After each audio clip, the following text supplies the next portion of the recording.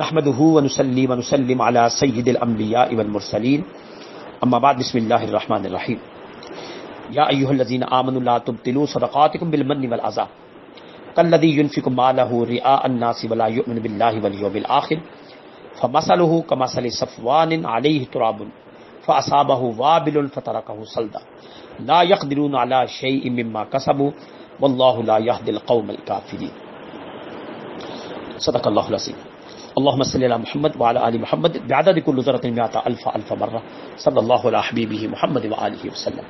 معزز خواتین حضرات، السلام علیکم ورحمۃ اللہ وبرکاتہ. 19 رمضان المبارک 1439 ہجری، وہی تسلسل کے ساتھ جو ہمارا درس ہے. اگلی آیت یہ ہے: اے ایمان والو، اپنے صدقے باطل نہ کرو، اپنی خیرات ضائع نہ کرو، احسان رکھ کر اور اعزاز دے کر. یعنی یہ کہنا میں اس کے اوپر بڑا احسان کیا، میں نے اس کے اوپر بڑی نیکی کی. ایک ہوتا ہے کسی کو قرض دینا، قرض میں بھی کسی کے لیے آپ نرمی پیدا کریں تو یہ بھی نیکی ہے. لیکن اگر کوئی شخص پیشہ ور بن جائے اور وہ اس نیت سے پیسے آپ سے لے کہ میں نے اس کو واپس نہیں لوٹانا، وہ بددیانت ہے، بے ایمان ہے.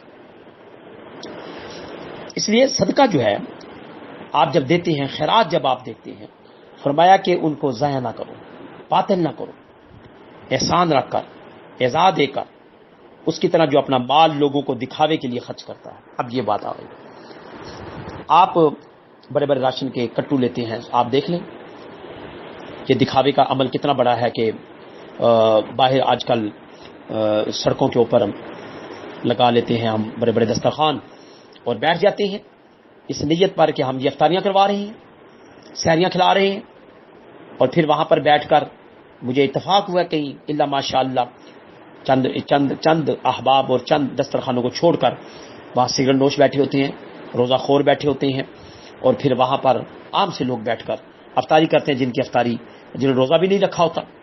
تو اس انداز سے بھی ہم اپنے مالوں کو ضائع کرتے ہیں. تو یہ نہیں کہ ہم ان کی حوصلہ شکنی کر رہے ہیں، بلکہ یہ ہے کہ ان کی ہم اصلاح چاہتے ہیں.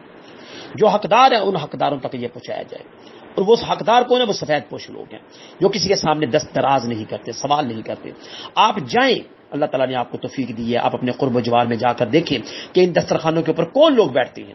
آپ ان کے شب روز دیکھیں، ان کا انٹرویو کریں، آپ کو پتہ چل جائے گا کہ یہ لوگ روزہ خور ہوتے ہیں. آپ کو نیکی کا عمل تو نہیں کر رہے ہوتے اس وقت، لیکن اس کے پیچھے کیا کسی کے مقاصد ہیں یہ اللہ اس کا رسول بہتر ہی جانتا ہے. فرمایا کہ دکھاوے کے لیے اپنا مال نہ خرچ کرو. اور کئی دفعہ یہ ہوتا ہے کہ ہم جناب مطلب ہم نے کیا ایک گٹو بنا لیا، 5 کلو آٹے کا، 1 چائے کا ڈبہ، 5 کلو چینی کا، 2 کلو گھی کا. آپ کون ہوتے ہیں کسی کو؟ کیا آپ سمجھتے ہیں یہ پورے مہینے کا راشن ہے؟ کیا آپ یہ سمجھتے ہیں کہ آپ، اسلام کہتا ہے کہ کسی کو گداگر مت بناؤ، نہ اس کو ترغیب دو گداگری کی. آپ رات کے اندھیرے میں ایک ہاتھ سے دے، دوسرے ہاتھ کو خبر نہیں ہونی چاہیے. آپ کسی کو جب مال و متاع دے رہے ہوں تو آپ کی آنکھیں نیچے ہونی چاہیے، اس کی طرف نہیں دیکھنی چاہیے، شاید وہ شرمساری سے آپ کے ساتھ آنکھیں نہ ملا سکے. دیتے ہوئے آپ کا رویہ اس نوعیت کا ہو کہ آپ کی آنکھوں میں آنسو ہوں کہ آپ دینے والوں میں اللہ تعالیٰ نے آپ کو شامل کیا ہے، لینے والوں میں شامل نہیں کیا. اور جب آپ دیں کبھی اس کا تذکرہ نہ کرنے کی کوشش کریں، خاموشی کے ساتھ وہاں سے بھاگنے کی کوشش کریں. یہ مت کہیں کہ اب ہم نے اس کو مال دیا ہے تو اب اس کے پاس سے ہم کھانا بھی کھائیں، پانی بھی پیئیں، چائے بھی پیئیں، بوتلیں بھی پیئیں، اس نے ہماری خیال نہیں کیا، ہماری عزت نہیں کی. یہ سب غلط ہے اور باطل ہے. فرمایا دکھاوے کے لیے مت کرو. اور اللہ اور قیامت پر ایمان نہ لائے، یعنی یہ وہ لوگ کرتے ہیں جن کو اللہ کے اوپر بھروسہ نہیں، اور جن کو آخرت کے اوپر بھی بھروسہ نہیں کہ اللہ تعالیٰ ہمیں اس کا اجر دے گا. تو اس کی مثال ایسی ہے جیسے ایک چٹان کی، اس پر مٹی ہے، اب اس پر زور کی بارش برسی، جس نے اس مٹی کو دھو ڈالا، ضائع کر دیا، اور صرف پتھر رہ گیا، چٹیل میدان رہ گیا.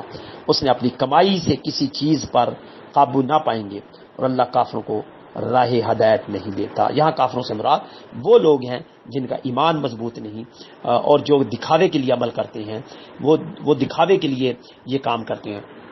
ہمیشہ دائیں ہاتھ سے کریں، بائیں ہاتھ کو خبر نہ ہو. رات کے اندھیرے میں کریں، جو بھی آپ دینا چاہتے ہیں آپ یہ کریں.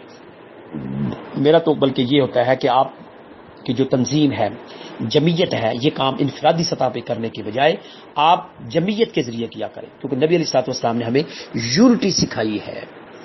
ہمیں نبی علیہ صاحب و تسلیم نے ہمیں یکجہتی سکھائی ہے، جماعت سکھائی ہے، اور الجماع جو ہے وہ یہی ہے کہ آپ اپنے انسٹیٹیوشن کے ذریعے یہ عمل کریں، تاکہ آپ سے کوئی ریاکاری والا عمل نہ ہو جائے، ایسا عمل نہ ہو جائے جس سے دکھاوے کی بات ہو، ایسا عمل نہ ہو جائے جس میں آپ کے اندر غرور اور تکبر آ جائے اور آپ کو اس کے اوپر فخر کرنا پڑ جائے۔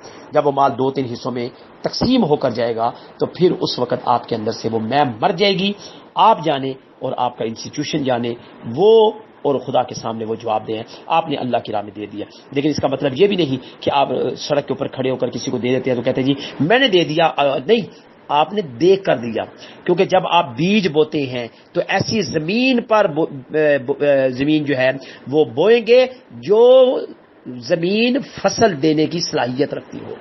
چٹیل میدان، جیسے کہ قرآن نے فرمایا، چٹیل میدان میں کبھی بھی آپ بیج نہیں ڈالیں گے، کیونکہ وہاں بیج پھینکیں گے تو بارش کے پانی سے وہ بیج دھل جائے گا، وہ فصل نہیں دے گا۔ اللہ تعالیٰ سے یہ دعا ہے کہ اللہ پاک سمجھنے کی توفیق عطا فرمائے، آمین۔ وآخر دعوانا ان الحمد للہ رب العالمین۔ السلام علیکم ورحمۃ اللہ وبرکاتہ۔